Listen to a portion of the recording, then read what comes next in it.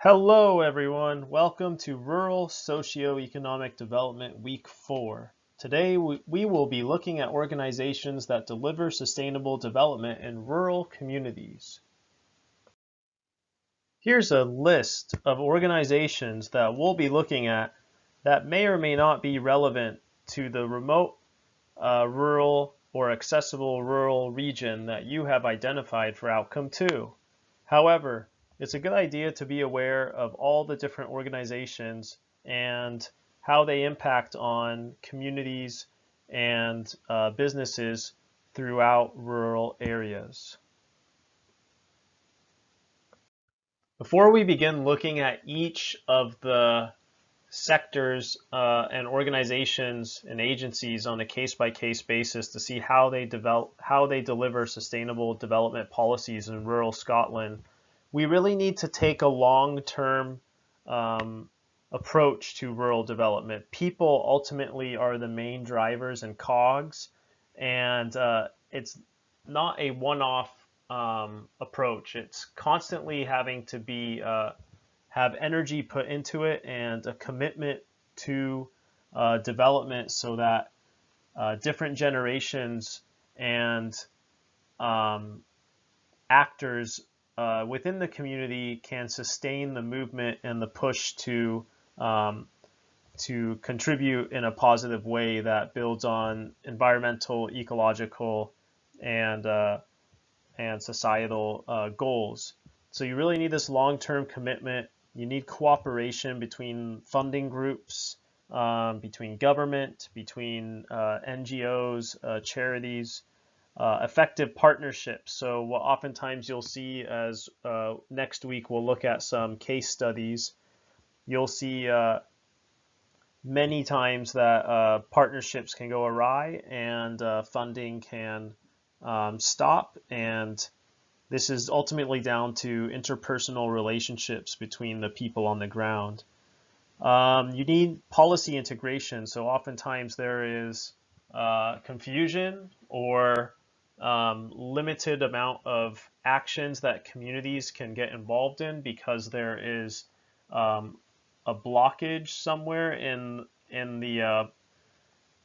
the way to access funding or to initiate a development plan, and this can be sometimes from confusing policy or outdated information or confusion among different actors. Links between funders, you're seeing a lot more positive action in this regard. A lot of voluntary groups have made it easier and simplified to understand different rules and regulations governing planning and development, and community involvement. It only often takes one or two very loud, outspoken actors in a community to derail any projects ranging from crofting or educational initiatives and so on and so forth. So basically the problems experienced by communities in rural areas, they won't disappear overnight. And so any short-term solutions are not likely to be effective. They need to be policies to support rural communities to become sustainable in the long term. And that does not mean that policies won't alter. They just need to be reviewed regularly and modified to ensure that they are still fit for purpose. And this can be really frustrating for those on the ground who are leapfrogging policy that hasn't yet caught up to it. So what we're seeing now is a lot more government policy that is a lot more nimble and can be updated year to year or even every 6 months or so, and ratified and pushed through. And it can't be overemphasized the cooperation between public, private, and voluntary agencies alongside community involvement. That should lead to effective partnerships, which really produce policies which can meet multiple needs. So oftentimes you'll see multi-stakeholder engagement where you have large consultation processes that involve many actors and facilitation among different groups to identify values and perceptions of those groups in order to push through effective legislation. So for outcome two, for outcome three, similar to outcome two, you need to identify the key organizations and how they might be affecting your rural area. And so for our first, the Scottish government, obviously highly key is a mainstay, a key player in rural development, and current legislation is what I've provided on this slide. So rural planning is prioritized. You can see a recent consultation of this on Scott.gov rural planning websites, and they're really emphasizing small-scale developments. And the law says that development should include any building, engineering, or any operations on or underneath the land. And this rural planning legislative change also includes changes in the use of buildings and land. So small-scale developments like the conversion of agricultural buildings to deliver more homes in rural areas could automatically be given the go-ahead under a review of planning laws. So while normally you need planning permission, these could be streamlined and made much more cost-effective and also more efficient and more optimal for the communities that have to live there, and that would help bring in those younger people and create a lot more housing developments. And a second piece is the development of larger operational farm buildings, including sheds and polytunnels could also be exempted. So polytunnels and sheds and more large-scale farming apparatuses often require a lot of finance, and in addition to that, planning and that time and resources may be in the future not as applicable to these rural areas to really jumpstart and try to be the catalyst to get these infrastructure projects off the ground for people. So these changes are being considered as part of a new action plan, really radically shake up existing laws. And so removal of planning permission for developments that help address the climate change emergency and the biodiversity emergency are also being considered. So all of these goals are also trying to tackle depopulation and climate change while building sustainable rural businesses. And so planning has a huge role to play in addressing climate change and helping to radically accelerate reduction of emissions, and also trying to keep into account trying to resist the most detrimental impacts of Brexit. So I think these are all key reasons why a lot more autonomy and creative control is being wrestled into on the ground for people that to make these areas, one, more attractive, and two, to bring in more resources and make it less bureaucratic to get these resources and to jumpstart these projects. Okay, so the next organization that we'll look at is community councils. And community councils, their primary purpose is to ascertain and express the views of the community to the local authority and other public bodies. Many community councils also involve themselves in a wide range of other activities, including fundraising, organizing community events, undertaking environmental and educational projects like renewable energy or high nature value farming, and much, much more. So there's currently around 1,200 community councils in Scotland, and all of which are composed of elected volunteers from the community. So the main task of Scottish Natural Heritage is to look after Scotland's nature and landscapes, but they have not embodied that just for themselves. So they definitely that task is not theirs alone. They provide funding for many groups and people that ultimately helps land managers, consultants, analysts, charities, and brings those to contribute to protecting Scotland's and managing Scotland's nature and landscapes. So, for example, the Future Routes Fund is a fund dedicated to supporting young people in improving their local environment, as well as their knowledge, understanding, and connection with Scotland's nature. So, hugely congruent with the rural countryside in Scotland, which, while 98% of the land is rural, only 20% of the population is rural. So these are really important grants for protecting, developing, and telling the story, if you will, of the rural community and the rural country.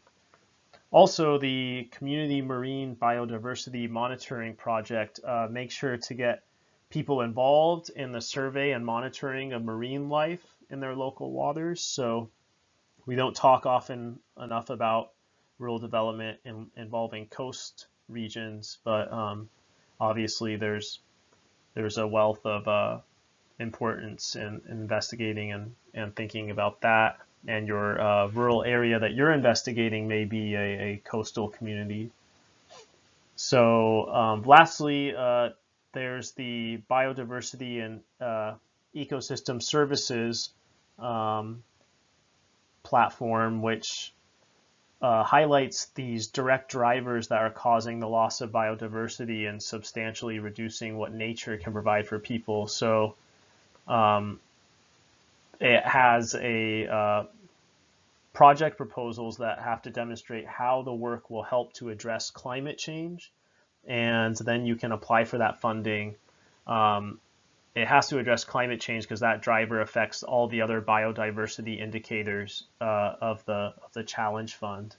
And those projects should incorporate nature-based solutions, so not, it's looking more at kind of the ecosystem services and the attributes that nature already has to help address climate change. And this is not an exhaustive list by any means.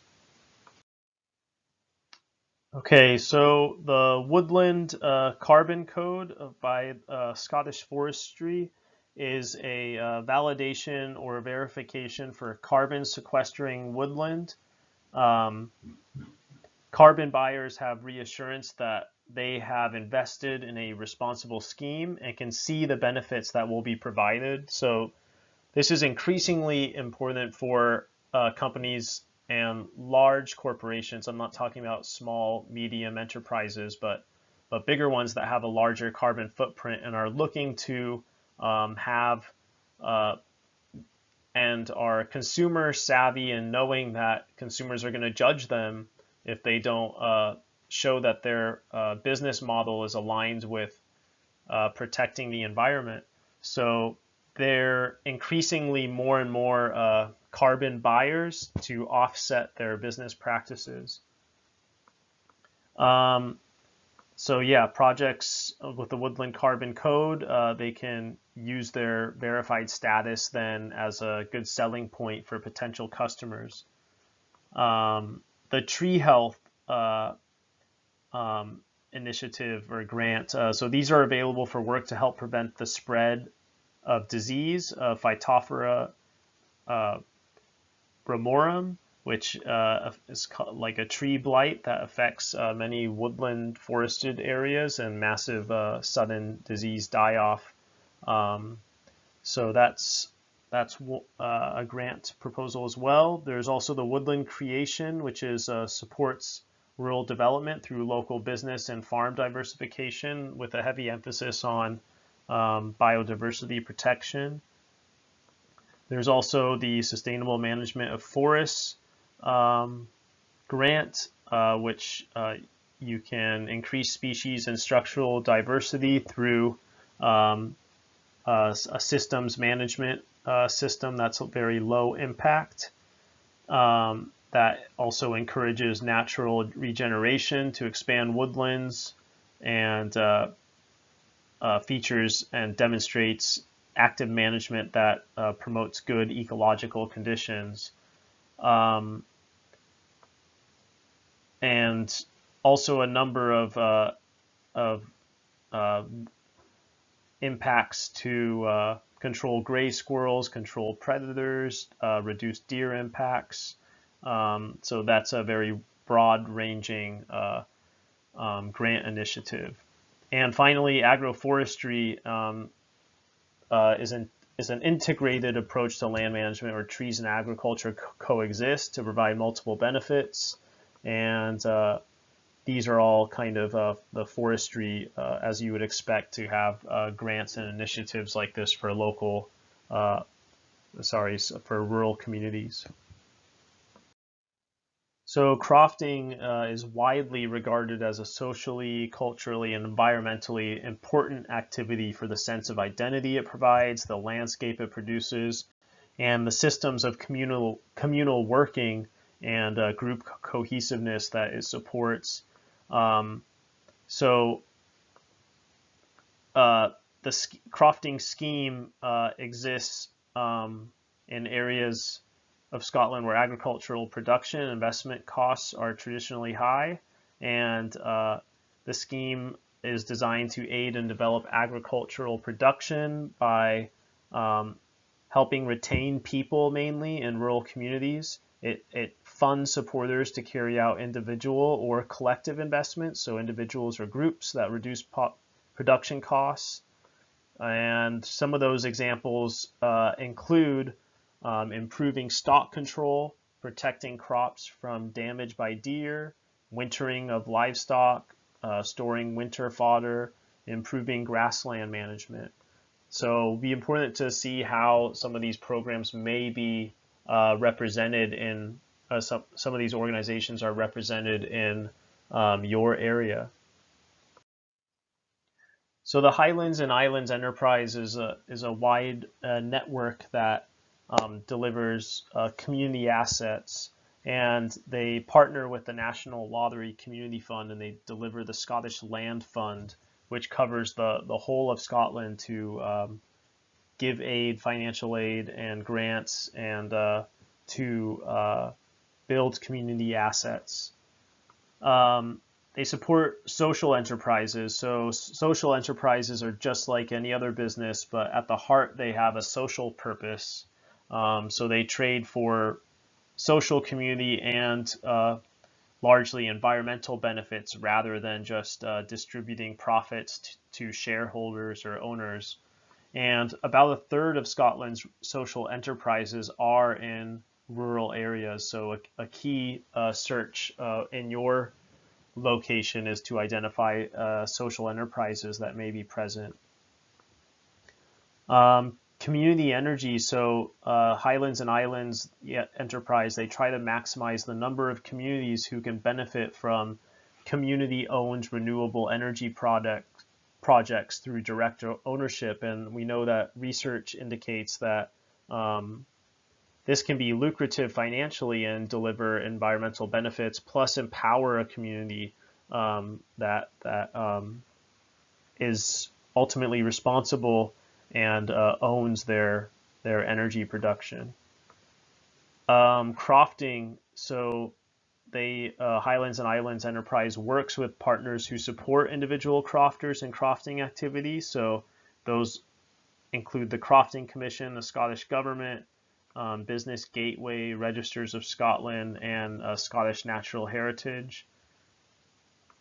And for crofting communities, developing community energy plans, which they often get into renewable energy like wind, as wind power is one of the most dominant forms of energy in all of Europe. Scotland has some of the best land for it, so their partners for that can include the Scottish Government, the Scottish Investment Bank, Local Energy Scotland, and Community Energy Scotland. So business models to commercialize the cultural sector are also important for the Highlands and Islands Enterprise. They support Gaelic for economic and social development. They support communities to develop new initiatives involving culture and creative arts through funding. So Scottish Enterprise will find resources, advice, events, and funding to help prepare for Brexit. They help businesses achieve goals, like they help small, medium enterprises to scale up, become larger in rural areas. They provide innovation support for new products or services, and also best practice guidance that has a track record of making businesses more profitable, effective, and efficient. So it's a good idea to be aware of all these, because at some point you will be evaluating your areas and these organizations and see if they are delivering on what they promise in these in the guidance. Okay, the Scottish Rural Network, they encourage rural development, and they funding and advice for LEADER, SRDP, and SRN funding search. And this funding search searches over 1,000 funds. It's like a Google search engine that you go to their site and you type in keywords, and I'm not sure if you can just type in keywords for a geographic area or if it's keywords for the program itself, but it searches over 1,000 funds that supports projects in rural Scotland and helps find funding for charity, community groups, or enterprises. So yeah, many case studies on its website to look at. The Scottish Council for Voluntary Organisations, so they lobby government on policy, they support organizations to embrace and promote digital skills, which is a huge asset in a rural area in which many of the jobs may be remote delivery online. As long as the infrastructure and hardware is there for broadband, that should be a key. Funding opportunities and information and support to help people set up and run their organizations. So they have a community of 2,000 plus members, and they support charities, social enterprises, and voluntary groups in Scotland.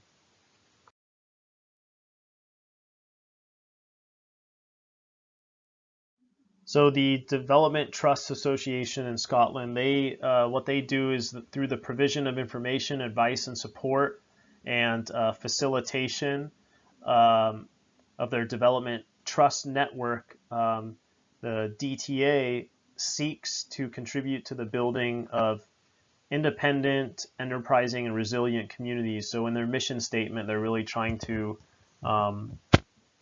upskill and encourage sustainable rural development. And how do they do that? They have an annual conference, which attracts over 200 delegates from around rural Scotland. And they also have a wide range of publications and resources and many training and support interventions for groups and individuals. So the Community Woodlands Association, there are around 200 groups across Scotland involved in or responsible for the management of thousands of hectares of woodland and open space, and just over half own their woodlands, and the remainder lease or work through a variety of formal and informal partnership arrangements. A range of themes include acquiring land, woodland management, social enterprise development, recreation, arts, culture and heritage, and capacity building.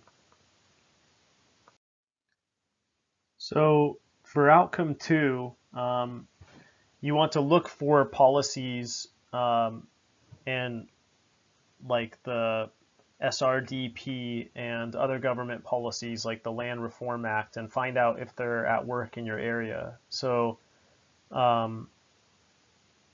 that's something to look at for outcome 2, which will be coming up shortly.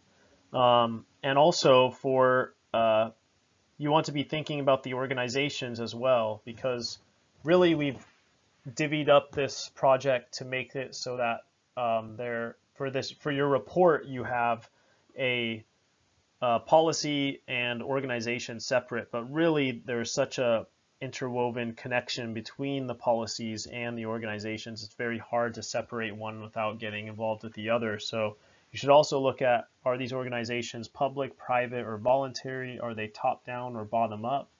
Does the organization play a role in policy formation? What role does the organization play in policy delivery? And it might be none, or legislation, or funding, advice, research, carrying out projects, any other characteristics they might have. And for this week's discussion topic, you want to spend about 200 or 300 words to explain and evaluate the nature and role and functions of 4 public agencies in a rural area. So that's, remember, this is just an outline that you'll use for your report, which is, so really we just want the very brief outline here and not to go that much over. But look back at last week's lecture for support, or give me a shout. Next week we will look at community capacity building, area-based community development, community empowerment, and we'll look at evidence from the literature and see what trends can be identified. Okay, have a good week.